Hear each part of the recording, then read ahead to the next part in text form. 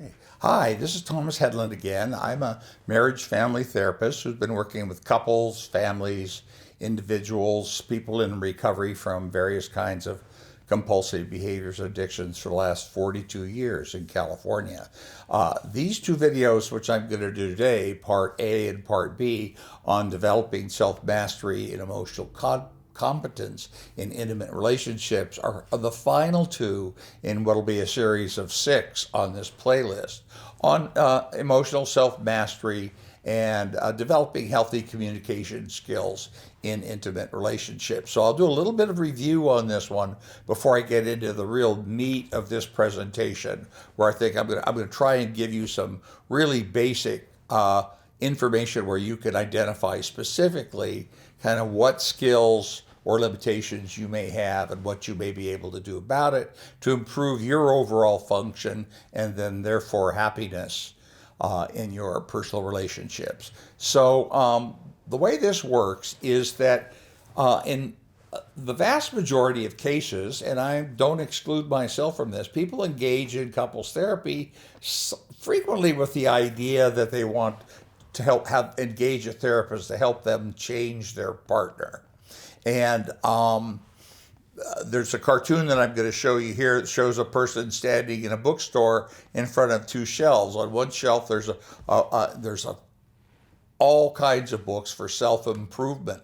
There's no books that have been sold or checked out, but they're looking at the sold out section, and it says spousal improvement, and it's just a way of kind of focusing on we have a tendency to want to change our partner or engage them, enlist them in changing for our benefit. And what we have found is that it doesn't really work that effectively. We have enough trouble changing ourselves in relationships, and we're going to certainly fail at trying to change and struggle at trying to change our partner.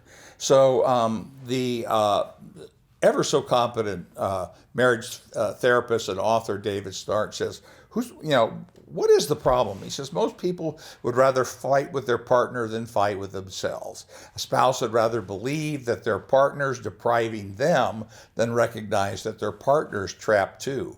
The truth is that each person in the relationship is in a struggle with themselves and their own limitations. So what I want to try and do is help you understand where you might be able to identify what specific limitations you have and what you might do to grow yourself so that you have more freedom, flexibility, compassion, and effectiveness in your personal relationships. When we do this, when we start to realize they're as trapped as I am, that can be a powerful motivator to begin to get us to start developing the skill of differentiation and improving our relationship, not only with them, but first and foremost with ourselves. So the basic idea here is that most people don't have near as much trouble communicating as they do managing their reactions to what they think their partner's communicating to them. So as I had said in previous videos, frequently the problem is reactivity. And how are we going to manage our reactivity? Over and over again, when I'm working with people, I see them slip into these defensive postures, and they're defending the feelings they're trying to get rid of, so they get stuck in them. And the real secret to this is to not defend your feelings, not to identify with them, but to feel them and then develop the skills that you need so you don't have to feel that way anymore. And all that is an achievable task once you begin to be able to identify what specifically it is that that's going on here and what you can do about it. So I want to review this particular diagram again with you first, because an event happens, and it can be a relatively neutral event. Many different people have different reactions to the very same event. But if we perceive that as a threat, if that part of our brain, the fear center, sees that as a threat, it triggers the activation of our fight, flight, freeze mechanism. So if we try and fight, we're going to try and control the situation using disapproval or fear, guilt, to try and get them to change or stop. Flight, we're going to physically or emotionally withdraw. I'm out of here. And freeze is passive compliance, where you more or less give up yourself out of fear of conflict or disapproval. So the very first task we have is to learn how to catch that reactivity, which takes us down into our emotional brain and our brainstem. And then, so we need to be able to regulate, calm, soothe ourselves, begin to breathe again until we can restore ourselves to calm. Because once we get back to calm, we can engage our thinking brain and we can see the big picture. One of the biggest problems that happens for people in intimate relationship is they're using really pretty drastic solutions to eliminate an immediate problem, but it has really long-term negative consequences, in terms of what's going to happen in the relationship if you use those tools or skills to eliminate your problems.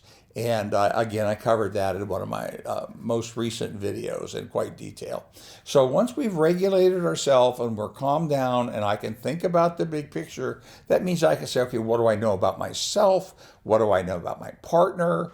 What is it that's really going on here? What is it that I want to communicate? How is it that I want to do it? So I'm stable, I'm steady, I'm more flexible, and I'm holding on to a bigger picture, and I'm able to kind of be present to myself as well as my partner. Then as I make the decision about what do I want to do, what action do I want to take here, it could be I need a timeout. It could be, I don't think this is worth really going into. It's just not that important an issue for me when I stop and reflect on it. So once I've decided what I want to do, I can turn to my partner and tell me more about what's going on for you. Tell me more. So with empathy and compassion and curiosity, I tell couples, and individuals, your two best friends in intimate relationship are confusion and curiosity. Because if you're in confusion or curiosity, you're asking questions, which means you're up here in your thinking brain instead of down in your emotional brain or your fear centers. So with that empathy and compassion and curiosity, your partner feels more important, more valued, more loved. And what that will lead to is what we would call differentiated self-mastery and intimacy in relationships. And I'll define differentiation very specifically as we go along. So some of this is just the review of what we've covered so far. So what does self-soothing do? This really most critical, most immediate skill. Self-soothing, calming ourselves down, it increases the range of enjoyable and tolerable interactions, and it adds flexibility and adaptability to the marital bond and to the family. Intimacy is commonly impeded by fears of exposure, abandonment, angry attack, engulfment, loss of control, and sometimes our own destructive impulses. But what we look at when we really start to slow the tapes down and look at it more carefully, the real problem is the inability to soothe and calm these fears, not the fears themselves. So that's the first skill we got to have, is to be able to regulate our emotions, calm and soothe ourselves. Self-soothing affect regulation is the clinical term that we use for that. I like to say when I think about this that most of the worst things that ever happened to me in intimate relationship never even did. It's just all of a sudden I had a fantasy, the fear center of my brain started feeding old information to me. And the problem is if I jump on that train and I go with it, I need to be able to calm, soothe myself, let that go, take a deep breath so I can continue to function well. So what is this thing called differentiation? I want to take a few moments, because differentiation is actually a skill developmentally. If you got lucky, you developed it when you were a toddler. And basically what differentiation does in adults is it permits intense involvement without becoming infected by the other person's anxiety or emotion. So the best example of this is if you take a piano tuning fork and you bang it, it'll be making a sound, right? And then if you take another one that you don't bang it and you hold it close, it'll pick up the vibration of the first one. There's no differentiation there. So, but if you bang this one and then you put your hand around this one gently and hold it. You can hold it right very, very close, and it won't pick up that, it won't be infected or pick up the vibration. So this is what we want to be able to do in relationship, is be close and separate and calm at the same time. So we don't have to withdraw, we don't have to interfere with our partner in order to regulate our own emotions. And what's kind of a curious side effect of this is, as you start to develop this ability to differentiate and not react so much, or not try and fix it or go into your fight, flight, free, sometimes your partner will begin to think that you don't care so much about me anymore. What happened to you? The truth is that you being able to be, close and separate at the same time is really where all the goodies come, where you don't have to, stop your partner from being who they are, and you don't have to sacrifice yourself either. That's when you start to really feel loved and be cared for who you are. So what happens, and I'm gonna take a little bit of a detour now and start to move towards how did we get set up to have this. Early in life, we had to adapt to our circumstances. In the healthiest of relationships between parents and children, the parents would be adapting to the children's developmental needs. But for reasons I'm not going to try and explain or understand, it doesn't tend to work out that way. And frequently, the children, as they're developing, have to adapt to the circumstances of the adults' needs in their environment. And when we do this, our development goes off course. We're not really connected to our own authentic core needs, feelings, and self, because we're so focused on the other for security and survival.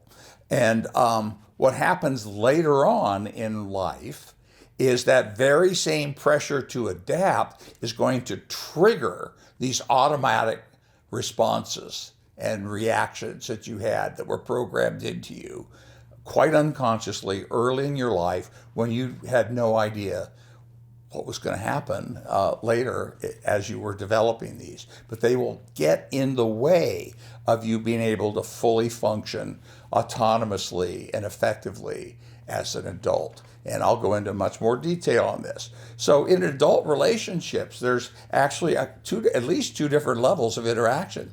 There's the adult to adult contract. We know about it, we talk about it.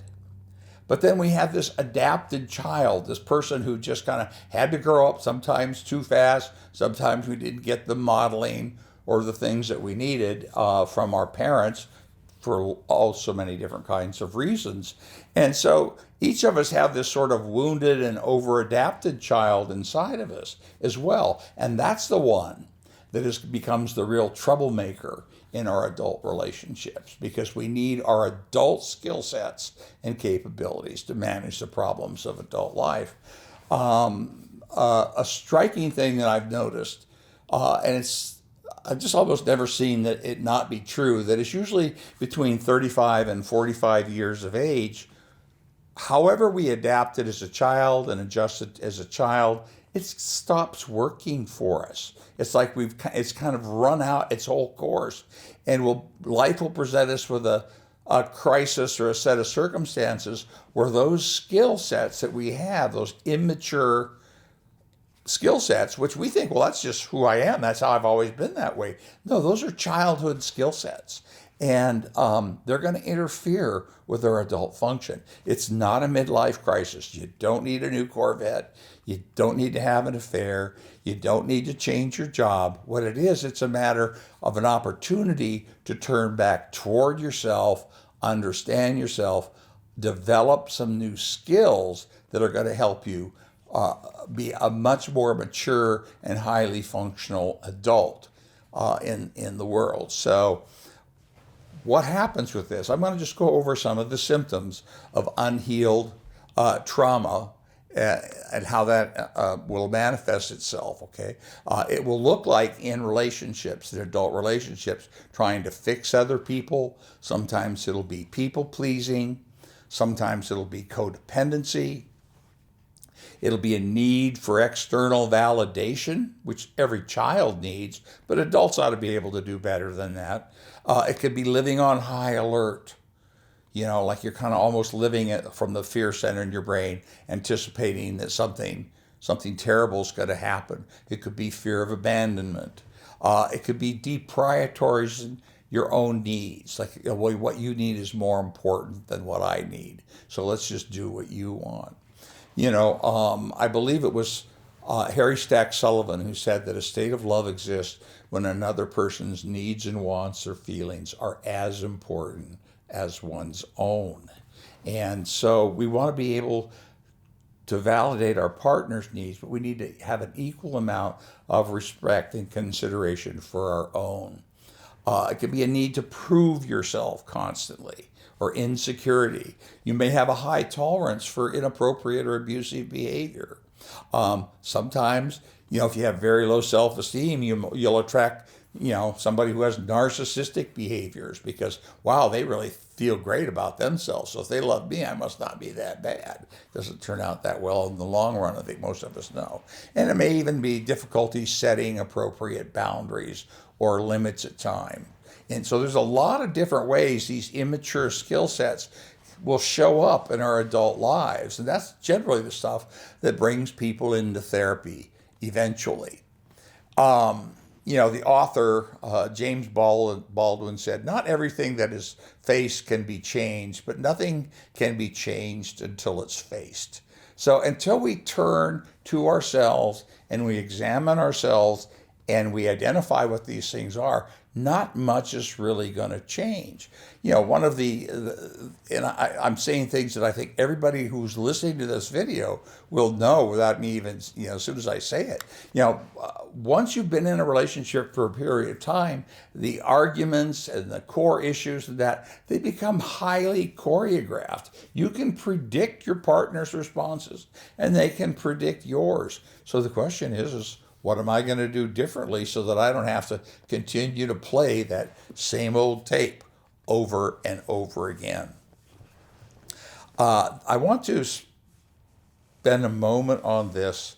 This is what I think one of the most superb and most powerful questions that I've learned to ask myself in intimate relationships or any relationship for that matter. And it's this: what skill or ability, if I learned it, would help me to be less affected by my partner's behavior and more effective in my interactions with them? Less affected and more effective. What skill or ability? So as I'm developing that skill, I'm actually learning to enhance my own capabilities and transcend my limitations in relationship.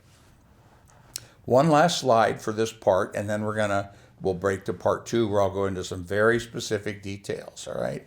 There are things we are responsible for in a relationship and things we are not responsible. What you are responsible for is your own words, your actions, your behaviors, your efforts, your mistakes, your ideas, and the consequences of all that. That's your responsibility. What is not your responsibility is other people's opinions about you, other people's behavior, other people's actions or reactions, the consequences of their actions or reactions. You're not responsible for their beliefs or their mistakes or their words. So this is the boundary system that I talked about in earlier videos as well, that there are certain things that we need to be able to take 100% of our own responsibility for, and there's other things, my phrase, which I generally say is when I'm working with people, I want you to take 100% of your 50% of responsibility in this interaction with your partner. So I'm going to bring part A to a close right here, and then we will start part B in the next segment.